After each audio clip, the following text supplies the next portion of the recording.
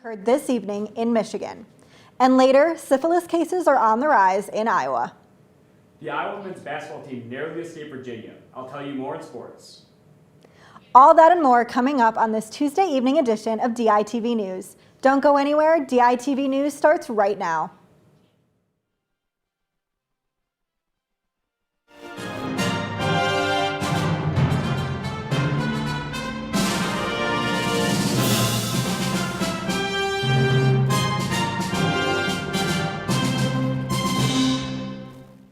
Good evening and thank you for tuning in. I'm Elizabeth Neruda.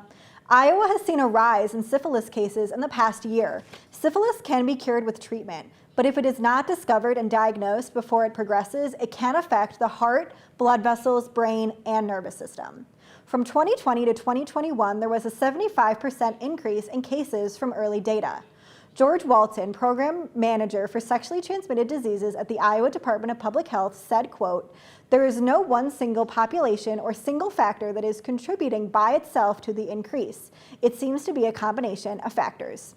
Syphilis cases have also been rising nationwide. For anyone looking to be tested, Johnson County Public Health now offers rapid syphilis testing.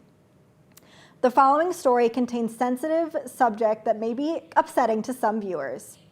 Early this afternoon, a school shooting resulted in 3 dead and 8 others injured in a Michigan school. A 15-year-old was taken into custody at Oxford High School after an active shooter call came in at 12:51. Police say they do not currently have a motive for the shooter. The 3 victims include a 14, 16, and 17-year-old. 2 injured remain in surgery as of 7 p.m. The 6 others are in stable condition. Multiple officials have responded to the shooting, including President Biden, who said, quote, "You've got to know that a whole community has to be in a state of shock right now," end quote. Michigan Governor Gretchen Whitmer also commented.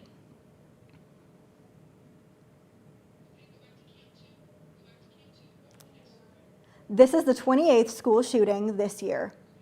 Around the world and in Iowa City, there have been an eruption in interest in Korean culture. With K-pop, K-beauty, and films such as Parasite, students at the UI are continually learning more. But trends are only a small glimpse of a bigger picture.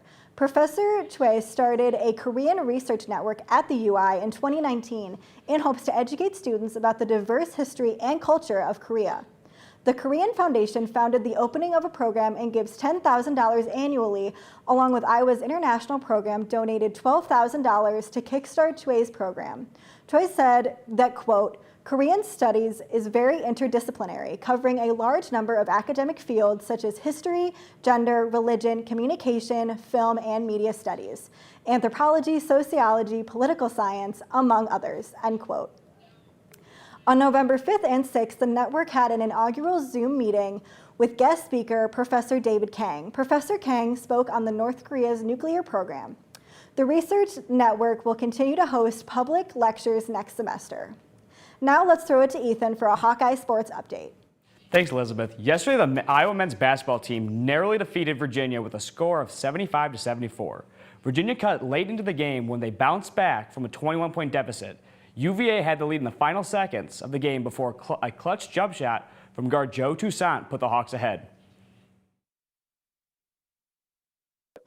Playing on the road, you just have to keep playing through it. And we had Joe T get the ball and step up and make a huge play. And that's just what our team's about. When there's adversity, we don't let it, diminish us. Forward Keegan Murray had his lowest scoring game of the season, only putting up 18 points. Iowa's leading scorer in the game was 50-year guard Jordan Bohannon with 20 points.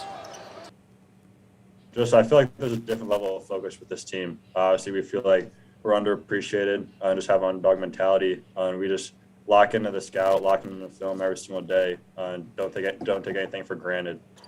Iowa started the season very strong, but their play in the second half yesterday may be cause for some concern. The Hawks have the perfect chance to prove their doubters wrong this Friday when they travel to West Lafayette, Indiana to take on the #2 Purdue Boilermakers.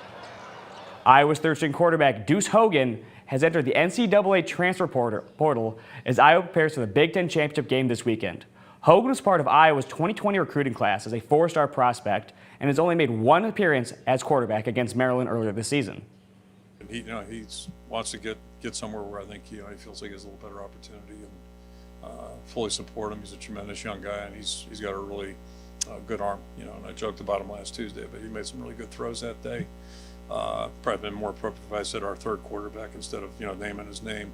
But I'm not real comfortable with any third quarterback being in the game until they get to work as a one or two, but he's a really talented young guy.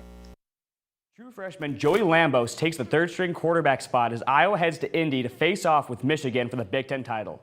Stay tuned for more coverage on DailyIowan.com. Back to you, Elizabeth. Thank you for tuning in to DITV News. Make sure to head over to theDailyIowan.com for all your latest news between Monday and Friday. And tune in tomorrow morning at 8:30 for our daily live show.